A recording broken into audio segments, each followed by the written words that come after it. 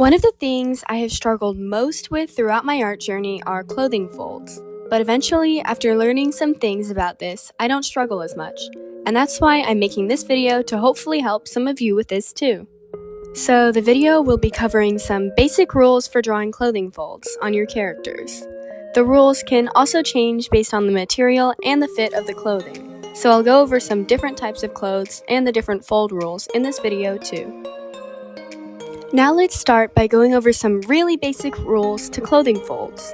Starting in the default resting position, most of the folds and creases on clothing will be in the areas where different parts are sort of pressed together. If that didn't make sense, an example is around the armpit area. Two different parts, the arm and the torso, are touching and cause the folds. The amount and volume of folds and creases depends on the type of clothing, which, as I said earlier, will be covered nearing the end of the video. So whenever a limb bends like this, there's going to be a bunch of folds around that area because the fabric is being pressed together. Now, when there's a stretch or a twist, depending on the clothing type, the clothes will usually fold in the direction of the twist or stretch.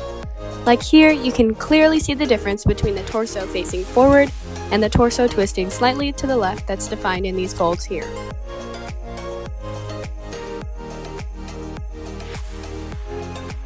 And it's time to go over the types of clothing materials and fits to talk about the differences they make when you're drawing clothing. So, certain kinds of materials will show more or less folds, as well as the size and depth of the folds. For instance, there are a few categories for these differences. Thick material will usually have folds that are larger in volume, and, as a result of being thick, will not be as visible as thin material, even when the person wearing the clothes is moving. Similarly, stiff material will show a lot of pull when a limb is bending. The folds will be stretching out from the pull point because there's more tension involved in bending a limb when wearing stiff clothes, whereas softer material will mainly show folds concentrated around bent areas.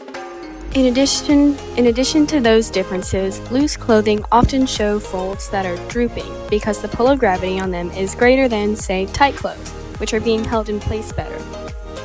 And one last thing to keep in mind when drawing clothing folds is how fitted the clothing is to the person's body.